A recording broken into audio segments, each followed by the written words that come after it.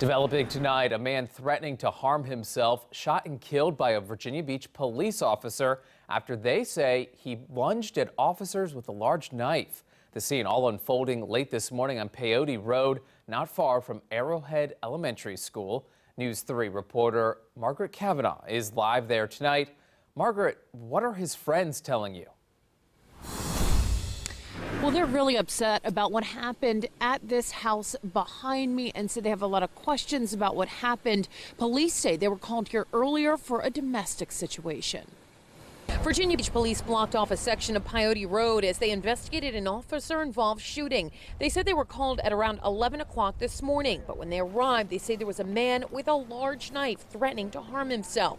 They say they negotiated for about 2 hours with him, and they say it appeared negotiations were working at first. The individual put down the weapon. Officers went to engage with him. That time, the subject picked up the large weapon and aggressively showed threatening actions towards that officer. They say an officer fired one shot that struck the man. One man who didn't want his face shown on camera said he's known the man who was shot since they were 7 years old. He thinks the situation escalated unnecessarily. My friend was in the backyard with a knife in his hand and the police were negotiating with him. I asked if I could help and they took a pack of my cigarettes and they tried to use my cigarettes to lure him and get his attention away from the police behind him.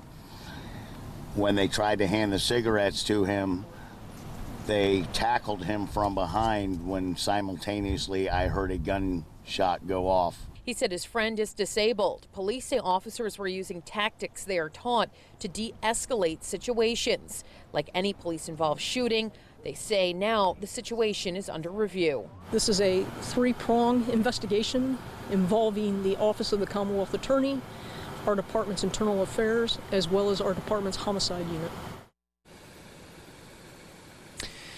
And police say they won't be releasing the name of the man that was shot and killed for 24 hours. So we could expect that coming out tomorrow. Live in Virginia Beach, I'm Margaret Kavanaugh, News 3.